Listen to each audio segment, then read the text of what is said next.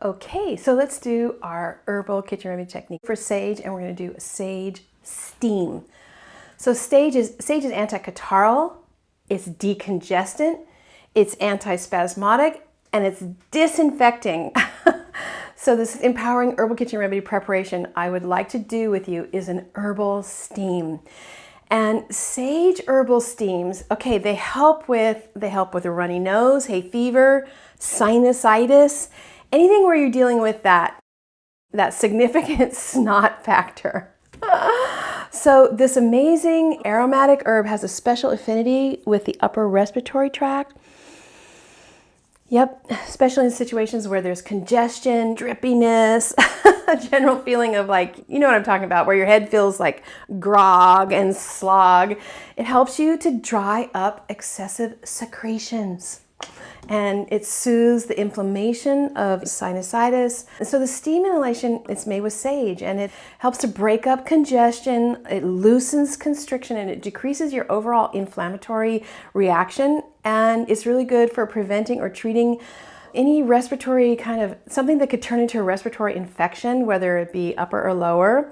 But the bottom line is it's good for a runny nose. It's a good old-fashioned run. It's like you got a runny nose. You don't want to let that progress. Right? So again, it's good for sinus and lung congestion to loosen up and get rid of the gunk and the phlegm. It is an amazing decongestion for your head. So it can help with headaches, drippy snot. That's for allergies. And you know, not all colds are snotty, right? If it's a dry cold with no snot, this isn't the best remedy. You want snot. You think of sage, you think of sage as the snot destroyer. It dries up excess mucus from the nose and the lungs. You know, that drippy, soggy, I don't know. Have you ever felt like the front of your face was just dripping off? That's what it does. It'll break up that congestion, loosen it up, and just dry it up. You know, also like the kind of post-nasal stuff that like drips down and can give you a sore throat or cause inflammation in your mouth. That's really good too. So it helps if there's any kind of also swollen lymph, laryngitis, swollen glands, tonsillitis. Also, the steam can actually go up into the ears and help drain and disinfect the ears.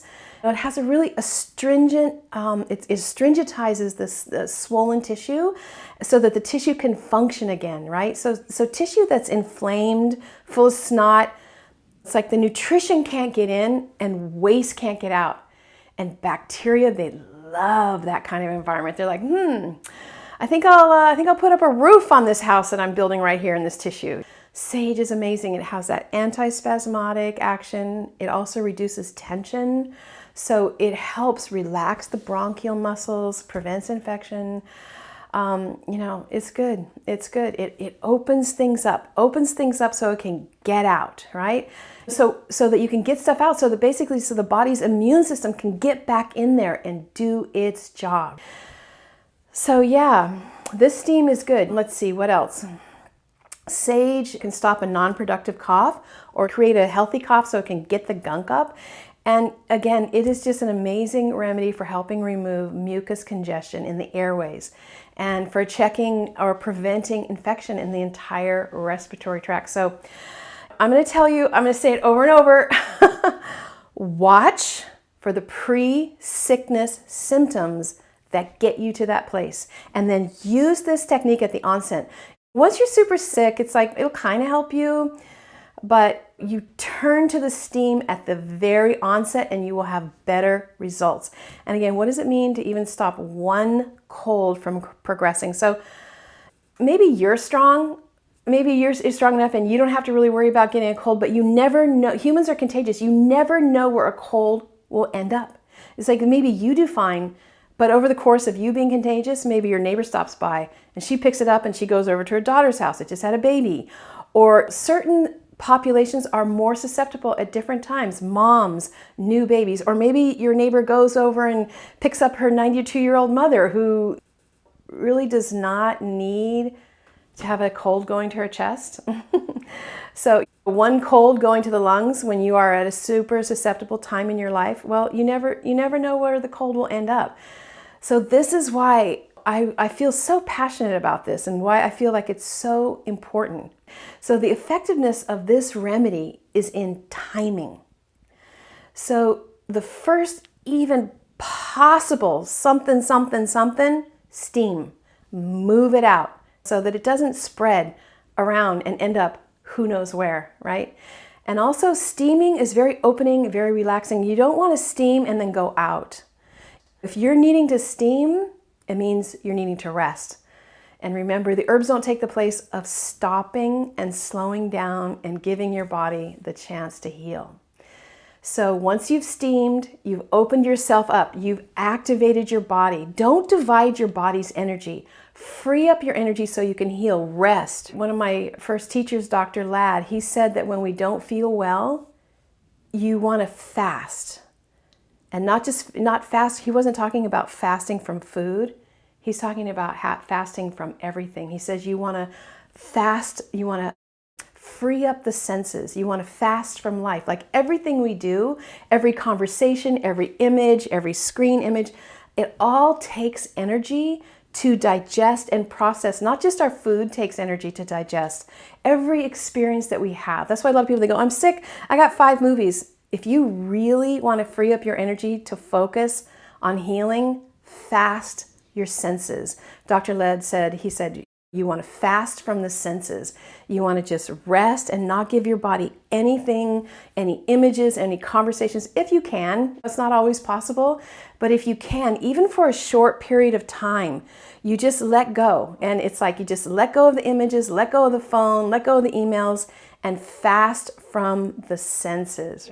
And so if you're doing a steam, meet the herbs halfway, give yourself a little bit of fasting from the senses time. And again, if you're doing a steam, it's a good time to rest. You don't want to open everything up like you do with the steam and then go out. You actually will be more susceptible after the steam if you go out into the world, okay? You don't want to have to go to work, or you want to stay home, cover up, and after that steam, just give yourself a break. Give yourself time to relax and slow down, okay?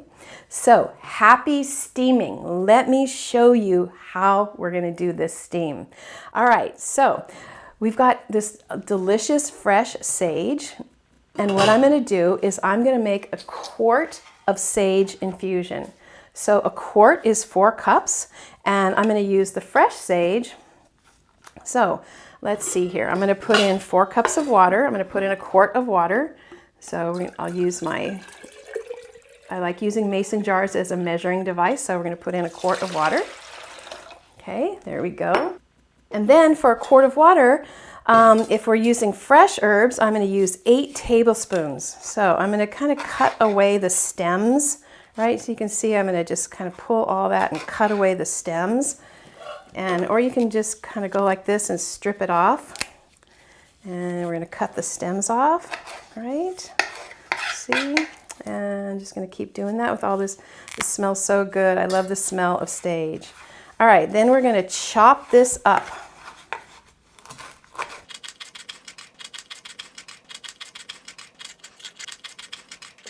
And then we're going to do 1, 2, 3,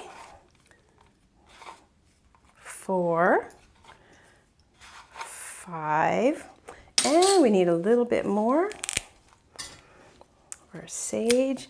And it's already working with it with my fingers. I already can feel the oils entering my body. It's already starting to disinfect me. So how many did I put in? 6. I think I put in 6, 7, 8. All right, I think that's how. Anyway, we'll put in just the rest of this for good measure. Okay, so we're gonna take our sage and we're gonna put it. And remember what we're gonna do? We're gonna bring it to a boil first, right? We're gonna turn this on. We're gonna bring it to a boil with the lid on, and then we're going to turn it off and let it sit for a couple hours, and then we will reheat it. Okay, so I just, of course, so happen to have a bunch of sage infusion already made up. Ready? Ah, yeah. What we need to do is strain this out. And I'm getting my treatment. Ooh, see the color of that? Amazing. Kind of like golden green color. Okay, good. Okay, we got that strained out. A little bit got spilled over the side, but that is okay. And I'm going to take a little bit off for this for later. Just taking a little bit of this off. I'm going to set this aside. Okay, here's your steam. Did your mom teach you how to steam? Did you grow up learning how to steam? So I pretty much don't leave, I start steaming like around 6 or 7 years old. And with children, you want to be right there with them. It's like so easy for this to just like, who knows where. You need to be careful. This is hot water. You don't want to end up with like a burn or, and you want to be comfortable. You want to sit down. You want to be comfortable. You want it not to be too hot, but you want to be getting this steam. You don't want to burn yourself. You want to just get your head over just the right amount so that you're able to inhale the steam, so that the steam really gets into everywhere. And then how long you steam for as long as you're comfortable, right? You can maybe steam for 5 minutes, maybe a little bit longer, or maybe even just a couple minutes, but just as long as you're comfortable, right? Don't get uncomfortable. This is something that maybe takes a couple times to really go, okay, I like it. You want to make sure there's steam, but you don't want it to be too hot, all right? And again, if you're doing this with children, 7 or above, you want to be right there with them. You're holding that pot. There's no like all of a sudden something flails and the hot water goes all over the place, okay? So here we go. Ready? Okay. I think I could stay here a while. But there it is. I can already, just even that little bit, I feel it in my skin. It's also sage is amazing for the skin. This is, if you want to do just a kind of like a facial steam for acne or redness or anything, it's really also an amazing anti-inflammatory for the skin. So there's your steam. You can do a steam like 3 times a day. You can do it once a day. You can do it 3 times a day. Now, once I steam over this, I'm done with this. You don't save it for later and reheat it. You make a fresh batch every time, okay? So you can make a giant batch and then spread it out over the course of the day. But after I've steamed and all my gunk has fallen in there, I'm done with this, okay? So this is now going to go out into the compost pile.